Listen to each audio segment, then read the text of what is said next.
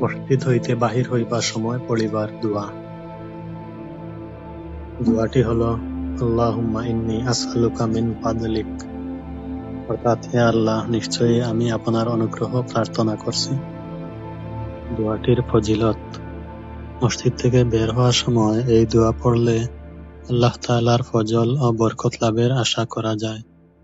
ইবাদতের পর দুনিয়ার কাজে হালাল রিজিক ও কল্যাণ চাওয়ার শিক্ষা পাওয়া যায়। সুন্নাহ অনুযায়ী আমল করার সওয়াব পাওয়া যায়। অন্তর আল্লাহর স্মরণে থাকে এবং গুনাহ থেকে বাঁচার তৌফিক হয়। আল্লাহ আমাদের সবাইকে নিয়মিত এই দোয়া পড়ার তৌফিক দান করুন। আমিন। ভিডিওটি ভালো লাগলে শেয়ার করে অন্য মুসলমান ভাইকে দেখার সুযোগ করে দিন। পরবর্তী ভিডিওটি পেতে আমাদের চ্যানেলটি সাবস্ক্রাইব করে পাশে থাকুন।